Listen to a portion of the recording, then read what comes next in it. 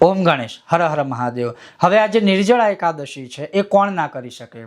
હકીકતમાં તો સૌ કોઈ કરી શકે, કોઈ બાદ નથી। જે કરે એનું પુણ્ય તો કેટલું બધું પ્રાપ્ત થાય છે, છતાં પણ કોણ ના કરી શકે? ગર્ભવતી જે હોય, જે પ્રેગ્નેન્ટ હોય બહેનો, એમણે આ એકાદશી વ્રત ન કરવું।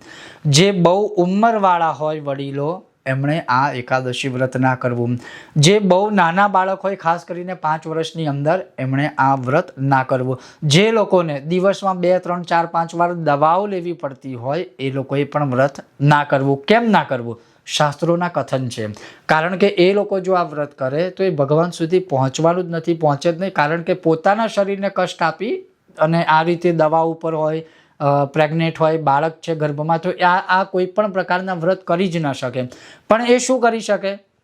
તો જો તમે આ વ્રત ના કરી શકો તો હા, તમે વિષ્ણુ સહસ્ત્રનો પાઠ વાંચી શકો, તમે ભગવાનનું નામ લઈ શકો, તમે ખાસ કરીને આ મહિનામાં શ્રી ત્રિવિક્રમ જે નામ છે એનું નામ લઈ શકો છો। તો કહેવાનું તાત્પર્ય એ છે કે આટલા લોકોએ આ વ્રત કરવાની જરૂર નથી, નહીં તો તમે કરવા જાઓ પુણ્ય થઈ જાય પાપ। અને પાછું બીજું શું થાય કે આપણાથી ભૂખ્યું ના રહેવાય, એટલે આપણે 11માં પાછા ઓપ્શન શોધીએ ને ઓપ્શનમાં આપણે ફળાહારના નામે, કે જેને ખાસ કહેવાય કે ફળાહારની જગ્યાએ આપણે ફરારી ચેવડો ને ફરારી ઢોસા, ફરારી પીઝા ને સાબુદાણા ને મોરીઓ ને રાજગરો બધું જાત જાતનું ખાઈએ અને પાછા આપણે એવું કહીએ કે એકાદશી કરી। તો આવી એકાદશી શાસ્ત્રમાં ક્યાંય વર્ણિત નથી।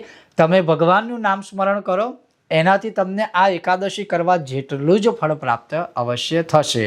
આ ખાસ ધ્યાન રાખજો। ઓમ ગણેશ હર હર મહાદેવ।